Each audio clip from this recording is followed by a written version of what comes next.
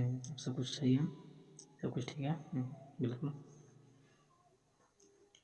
तो hello guys, स्वागत है आपका हमारे YouTube channel study zone GS के में।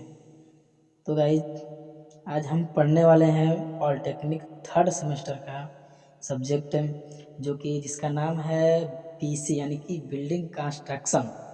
ठीक है गाइज, नाम है बिल्डिंग कंस्ट्रक्शन। ठीक है, इसमें थ्योरी सिलेबस है, यानी कि जो विषय सब्जेक्ट है थ्योरी है, तो बहुत बच्चे को समझते हैं कि नहीं समझ में आएगा वगैरह, लेकिन बहुत ही ईजी, बहुत मान लीजिए ईजी है, ये बहुत ही आसान है। क्योंकि ये इसमें सिर्फ वही कंकड़ पत्थर और क्या नाम है कि सीमेंट बालू गिट्टी वाले यही सब है। बस आपको नज़रिए से देखना है, बस नज़रिए से समझना है और देखना है कि क्या कैसे है। ठीक है, वो सब आपको घर में मिलेंगे, आपके घर पे आप देख रहे होंगे, बस उसी को किताबी भाषा में लिख दिया गया है। तो मैं 22 तारीख से नहीं, 22 नहीं, हाँ एग्ज़ाम तो खैर 22 से स्टार्ट है पॉलिटेक्निक वालों का। तो 26 तारीख से थर्ड सेमेस्टर वालों का एग्ज़ाम है, जो कि मैं एग्ज़ाम को पॉइंट ऑफ व्यू से देखते हुए बीसी और सीटी और एचएचएन और क्या है सोम, ठीक है, इनका मैं वेरी वेरी इंपॉर्टेंट मतलब पॉइंट ऑफ एग्ज़ाम से देखते हुए मैं बारीकी वाले क्वेश्चन बनाऊंगा जो 100% एग्ज़ाम में लड़ेंगे।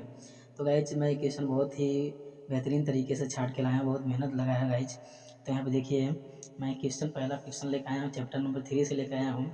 और ये क्वेश्चन कई बार पूछा गया है एग्जाम में, और कितनी बार कई भाषाओं में पूछा गया है। तो क्या होता है, हमारे साथ भाषाओं का पता नहीं रहता है, तो क्या होता है कि हम गलत आंसर, कुछ लिखना कुछ और होता है और लिख कुछ और देते हैं।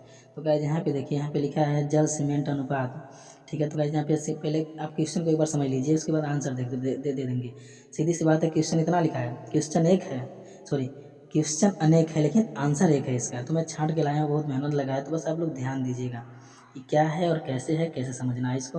और मैं इसका जो आंसर है उसको इससे इतना सटीक तरीके से समझाऊंगा कि आप कभी सोते वक्त भी नहीं बोल पाएंगे इसको, इसकी मेरी गारंटी है। और वे गारंटी लीजिए, 101% गारंटी देता हूँ मैं आपको। और जितना भी क्वेश्चन लाऊंगा आपके दिमाग में छाप दूंगा। और देखिए गाइज, ये जो सब्जेक्ट है ना, ये सिविल इंजीनियरिंग में है, और देखा जाए तो एक तरफ से नॉलेज भी आपका बढ़ेगा। आप किसी के सामने बात भी कर लेंगे अच्छी तरीके से, अपने घर में जाके बताएंगे जल सीमेंट अनुपात क्या होता है, सीमेंट और पानी का अनुपात कितना रखना चाहिए, क्या क्या करना चाहिए, क्या नहीं, मतलब इसके बारे में जानकारी रहेगी। घर पे आप जाके बताएंगे, आपको भी खुशी मिलेगी, आपके घर वालों को भी खुशी मिलेगी कि हमारा लड़का इससे रिलेटेड कोर्स कर रहा है, इसके बारे में बहुत जानकारी रखता है। ठीक है, तो आपको भी बहुत ही खुशी मिलेगी। बस आपको बशर्ते यह है कि आप इसमें नॉलेज बढ़िया से ले लीजिए। ठीक है, और एग्जाम में आपके काम आने वाला ही है। ठीक है, तो मैं एग्जाम यहाँ पे आप लोग क्वेश्चन पढ़ के देखिए क्वेश्चन दिया है यहाँ पे, जल सीमेंट अनुपात के नियम को संक्षेप में व्याख्या करें तथा उन परिस्थितियों को समझाइए जिनमें यह नियम वैध है।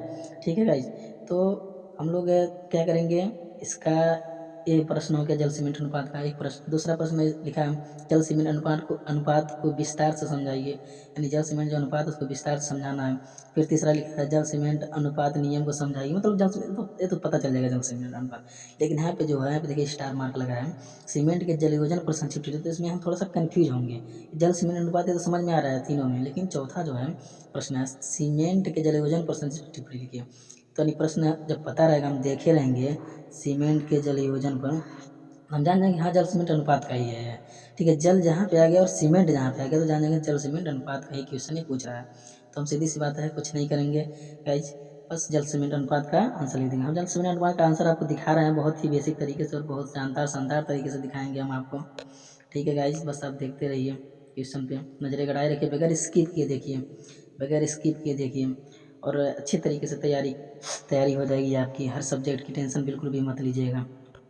देखिए यहाँ पे, और अगला क्वेश्चन है विभिन्न जल सीमेंट अनुपात, यानी जल सीमेंट अनुपात। तो यहाँ से हम इस क्वेश्चन को पकड़ लेंगे जल सीमेंट अनुपात से।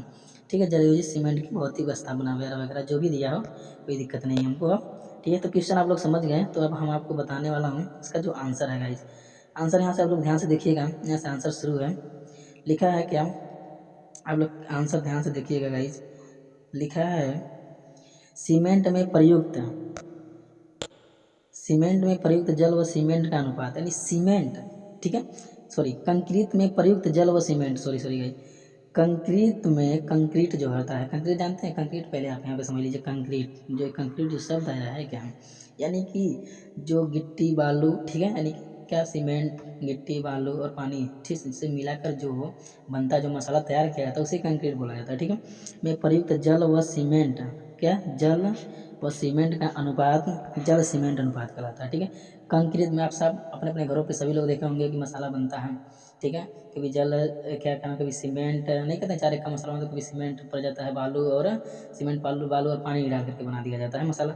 और सीमेंट, बालू, ठीक है, और पानी और साथ में गिट्टी, ग्रेवल जिसे बोला जाता है, उसको डालकर बनाया जाता है, तो उसको कंक्रीट कहा जाता है। ठीक है, तो यानी कि वही ये मसाला ही है जो हमारे घर पे यानी कि जो काम वाम होता है, आपका भी घर बना होगा, हो सकता है आप छोटे हों या फिर आपके होश में बना हो, कोई दिक्कत नहीं है, तो मतलब आपके बगल में कहीं आप देखे होंगे मसाला बनते हुए, इसी मसाला की बात यहाँ पे हो रही है, और कुछ और किसी चीज़ की बात नहीं है। बस आप उसी को नज़र में रख करके उस मसाले अपने घर में, जो हमारे घर पे घर बनता है तो जो मसाला बनाया जाता है जिसे मोर्टार बोला जाता है, उसी को नज़र में रख करके इस क्वेश्चन को आपको आंसर देना है, और बाकी कुछ नहीं करना है, रटने वाली कोई चीज़ें नहीं है। तो कंक्रीट में प्रयुक्त जलाएंगे, जो हम लोग कंक्रीट में जो प्रयुक्त जलाएंगे समझिए वो तैयार है, लेकिन उसमें बता रहे जो जल जल और सीमेंट का अनुपात होता है कंक्रीट में, जल और सीमेंट दोनों का अनुपात, जल और सीमेंट, ठीक है, का अनुपात जल सीमेंट अनुपात, सीधी सी बात है। यानी जल सीमेंट अनुपात का परिभाषा कोई पूछा क्या करोगे, कंक्रीट नाम याद रखना है, कंक्रीट। ठीक है, कंक्रीट में जल व सीमेंट का अनुपात जल सीमेंट अनुपात कहलाता है। ठीक है, अगला देखिए, अगला इसका सूत्र होता है जल सीमेंट अनुपात का सूत्र क्या होता है, कंक्रीट में प्रयुक्त जल का भार, कंक्रीट हो जब कंक्रीट बन के हमारा तैयार हो जाएगा उसमें प्रयुक्त जल का भार, ठीक है, और कंक्रीट में प्रयुक्त सीमेंट का भार, ठीक है, यही होता है जल सीमेंट अनुपात का सूत्र क्या होता है, कंक्रीट में प्रयुक्त जल का भार और कंक्रीट में प्रयुक्त सीमेंट का भार। ठीक है, तो इसको ये नियम किसने दिए थे, तो ये नियम दिए थे प्रोफेसर अब्राम ने। ठीक है, ये नियम दिए थे, कब दिए थे, 1911 में। ठीक है, इस नियम दिए थे, इस चीज़ को आप याद भी रखिएगा। ठीक है, इन फ्यूचर यदि आपने जेईई का तैयारी किया तो ये सब क्वेश्चन थोड़े बारीकी वाले क्वेश्चन आ जाते हैं, कहीं से भी उठा लेगा ना, तो ऐसे अपना तैयारी बरकरार रखिए बढ़िया से, कोई दिक्कत नहीं है। अब देखिएगा इस आगे आगे यहाँ पे देखिए क्या है बताया कि कंक्रीट की सामर्थ्य केवल सीमेंट की मात्रा पर निर्भर करती है। ठीक है, प्रोफेसर अब्राम जो है वो बता रहे हैं कि कंक्रीट कहानी है, समझ लीजिए, कंक्रीट की सामर्थ्य केवल सीमेंट की मात्रा पर निर्भर करती है, जो कंक्रीट की जो सामर्थ्य होती है, जो शक्ति होती है, केवल सीमेंट की मात्रा पर निर्भर करती है। गलत सिद्ध किया, लोग कहते नहीं हैं, कहते हैं कि कंक्रीट यानी कि यदि आप बना रहे हो मसाला तो सीमेंट ज़्यादा जैसे अधिक डाल दो, खूब अच्छा हमारा मसाला बनेगा, तैयार हो गया, खूब चलेगा, ठीक, खूब चलेगा, लेकिन ऐसा नहीं होता है। आप लोग देखते होंगे जहाँ पे जिस मसाले में ज़्यादा सीमेंट पड़ जाता है ना, मसाला क्या होता है, फट जाता है गाइस। ठीक है, उसमें दरारें पड़ जाती हैं। ठीक है, तो उसने मतलब यह सिद्ध किया, उसने बताया कि समान कंक्रीट संगठनों व समान परीक्षण स्थितियों में कंक्रीट की सामर्थ्य केवल प्रयुक्त पानी की मात्रा पर निर्भर करती है। तो उसने क्या बताया कि जो सामर्थ्य होता है कंक्रीट का वो पानी की मात्रा पर निर्भर करती है, बशर्ते कंक्रीट सुघट्य और सुकरता की सीमा में बनी रहे, यानी कि सुघट्य की अवस्था में ऐसा न रहे कि आपने 10 बाल्टी पानी ला करके एक बोरा सीमेंट लगाए हैं और 2 बोरा बालू और और मान लीजिए 1 बोरा या आधा बोरा गिट्टी डाले हैं और ग्रेवल जिसे बोला जाता है, और उसमें 10 बाल्टी पानी डाल देंगे तो क्या हो जाएगा, सुगट नहीं रहेगा ना, यानी कि निश्चित अनुपात रहना चाहिए। तो यानी कि सीमेंट की मात्रा थोड़ा सा कम भी रहेगा तो लेकिन पानी की मात्रा अनुपात सही या मिलाओगे तब भी उसमें सामर्थ्य आ जाएगा। ठीक है, इसीलिए जब जुड़ैया यानी चिनाई, इसमें इंजीनियरिंग भाषा में चिनाई कहा जाता है, जब चिनाई किया जाता है तो इसलिए उसके बाद कुछ भी मतलब रिलेटेड भवनों से रिलेटेड कोई भी काम किया जाता है, जैसे मान लीजिए लिंटर लग रहा है और चिनाई हो रहा है तो वहाँ पर तराई की जाती है। तराई करना सबसे मेन चीज़ तराई होता है इसका, सीमेंट कितना डाले हो ये भी मायने रखता है, लेकिन उतना मायने नहीं रखता है जितना तराई, यदि आप कितना भी सीमेंट डालो तराई नहीं कर रहे हो सही रूप से तो वो आपका नुकसान हो जाएगा, कोई मतलब नहीं निकलेगा। ठीक है, और देखिए पानी की मात्रा सीमेंट के भार के अनुरूप व्यक्त की जाती है। ठीक है गाइस, तो इतना इतना आप लोगों ने देख लिया, आप लोगों को समझ में आया होगा, जहाँ तक हमें उम्मीद है कि आप लोगों को क्वेश्चन समझ में आया होगा गाइज। क्या हो गया इसको, हो गया। यहाँ पे देखिए होता रहता है, कोई दिक्कत नहीं है, इंटरनेट प्रॉब्लम सो भी हो जाता है। ठीक है, तो यहाँ पे आपको समझ में आ गया। प्रश्न हमारा था जल सीमेंट अनुपात किसे कहते हैं, तो जल सीमेंट अनुपात किसे कहते हैं, कंक्रीट में प्रयुक्त जल व सीमेंट के अनुपात को जल सीमेंट अनुपात कहते हैं। जल सीमेंट अनुपात का जो सूत्र है आपको पता हो गया, कंक्रीट में प्रयुक्त जल का भार और कंक्रीट में प्रयुक्त सीमेंट का भार हो गया। और उसके बाद इसको कौन प्रतिपादित किए थे, तो 1911 में प्रोफेसर अब्राहम ने। ठीक है, उसके बाद देखिए आगे देखिए यहाँ पे लिखा कंक्रीट की सामर्थ्य केवल सीमेंट की मात्रा पर निर्भर करती है, गलत है, कोई कहेगा कंक्रीट की सामर्थ्य सीमेंट, यानी इसके बारे में यानी कि आप बस इतना लिखिएगा। सबसे पहले आप लिखोगे क्या एग्जाम में, यदि क्वेश्चन आ रहा है तो क्या लिखोगे, सबसे पहले लिखना है कंक्रीट में प्रयुक्त जल व सीमेंट का अनुपात जल सीमेंट अनुपात जल सीमेंट अनुपात कहलाता है, इतना लिख देना। इतना लिखने के बाद क्या लिखना है, जल सीमेंट अनुपात का सूत्र लिख देना, कंक्रीट में जल प्रयुक्त का जल का भार और सीमेंट का भार, इतना लिख दोगे आराम से। उसके बाद लिखना ब्लैक पेन शेडिंग डाल के सन 1911 में प्रोफेसर अब्राहम के अनुसार लिख देना, या फिर अब्राहम ने, ठीक है, यह बताया कि यानी कि आम भाषा में आपको लिखना है, कुछ है नहीं भाई, बस आपको याद रखना है किसने बताए थे शुरू में, यानी कि अब्राहम ने बताया, अब्राहम ने नहीं बताया, प्रोफेसर अब्राहम ने 1911 में बताए थे। क्या बताए थे, ठीक है, अब तो आप जान ही गए कि हाँ कि क्या नाम है कि जब मसाला बनाया जाएगा तो याद रखना कि क्या नाम है कि सॉरी सीमेंट की मात्रा अधिक ना हो, उस पर सीमेंट की जो कंक्रीट की सामर्थ्य होती है सीमेंट की मात्रा पर नहीं निर्भर करती है, बल्कि किस पर निर्भर करती है, पानी की मात्रा पर निर्भर करती है। तो यही बताना है, तो बस प्रोफेसर अब्राहम ने बताया कि सीमेंट की जो कंक्रीट की जो सामर्थ्य होती है, ठीक है, सीमेंट की मात्रा पर न बल्कि पानी की मात्रा पर निर्भर करती है, ठीक है। इतना ही आम भाषा में इतना लिख दोगे तभी कोई बात नहीं, रटने की कोई ज़रूरत नहीं कि रट के जाएंगे लिख के वही आएंगे, ठीक है। आगे भी और है, मैं आपको बता रहा हूँ।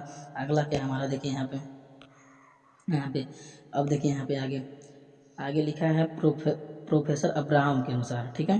फिर इतना थोड़ा थोड़ा कड़ी कड़ी याद करना चाहिए, याद नहीं करना चाहिए, समझना चाहिए, और समझ करके एग्जाम में आकर के फोड़ देना चाहिए, ठीक है, और कुछ नहीं करना चाहिए। यहाँ पे देखिए प्रोफेसर अब्राहम के अनुसार क्या कह रहे हैं, फिर जब हम कंक्रीट को सामर्थ्यवान बनाने के लिए इसमें अधिक सीमेंट डालते हैं तो वास्तव में हम जल सीमेंट का अनुपात घटा रहे होते हैं। देखिए क्या कह रहे हैं, जब हम कंक्रीटिंग करते हैं, ठीक है, यानी कि कंक्रीट यानी कि जब मसाला तैयार करते हैं तो उसमें अधिक से अधिक पानी अधिक से अधिक जब सीमेंट डालते हैं तो वास्तव में हम क्या करते हैं, जल सीमेंट का अनुपात घटा रहे होते हैं, यानी कि उसकी सामर्थ्य घटा रहे होते हैं। कंक्रीट की सामर्थ्य का पानी की मात्रा से गहरा संबंध है। कंक्रीट की सामर्थ्य यानी कि उसकी शक्ति का जो होता है, ठीक, सामर्थ्य का आप लोग जान ही गए होंगे, पानी की मात्रा से बहुत ही गहरा संबंध होता है। तो इसमें ही जब छेड़छाड़ करेंगे, जिसमें संबंध रहेगा ज़्यादा, तो खराब तो होंगे ही, खराब तो हो ही जाएंगे, सीधी सी बात है। तो सीमेंट की जलयोजन क्रिया के लिए पानी की एक निश्चित मात्रा की आवश्यकता पड़ती है, ठीक है, यानी कि सीमेंट की जलयोजन क्रिया के लिए जल योजन यानी जो हम लोग भी पढ़ रहे हैं जल और सीमेंट का अनुपात, इस क्रिया के लिए पानी की एक निश्चित मात्रा की आवश्यकता पड़ती है। पानी की मात्रा कम होने पर कंक्रीट सरल बनेगी, ठीक है, कंक्रीट सरल बनेगी जिससे वह सुकर नहीं रहेगी। पानी की मात्रा अधिक होने पर कंक्रीट में पृथक्करण व उत्सरण होने लगता है, ठीक है। तो आपको सीधी सी बात यहाँ पे पता चलेगी कि प्रोफेसर अब्राहम ने कहे क्या थे 1911 में प्रोफेसर अब्राहम ने ही कहे थे कि कंक्रीट होती है उसकी जो सामर्थ्य होती है ना, वो सीमेंट पे नहीं बल्कि पानी पे निर्भर करती है। सीधी सी बात हो गई, कोई दिक्कत नहीं, यहाँ तक सबको पता हो गया, ठीक है। अब देखिए, ठीक है, तो यानी कि उसके बाद क्या कहें, ठीक है, इतना तो लिख दोगे कोई बात नहीं है, ठीक है।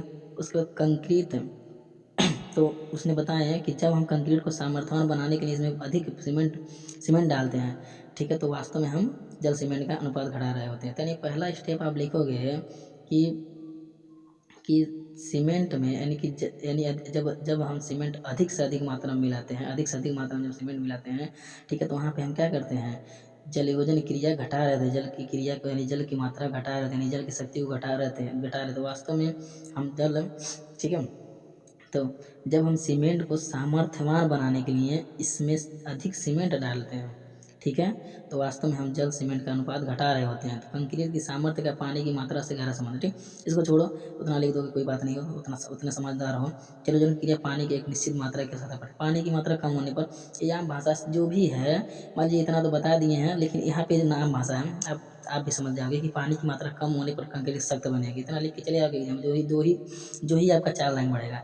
पानी की मात्रा कम होने पर कंक्रीट सख्त यानी सख्त बनेगी जिससे वह सुंदर नहीं रहेगी। सही बात है, पानी की मात्रा कम तो रुक्खड़ हो जाएगा ना, आपको पता है, आम भाषा में बता रहा हूँ।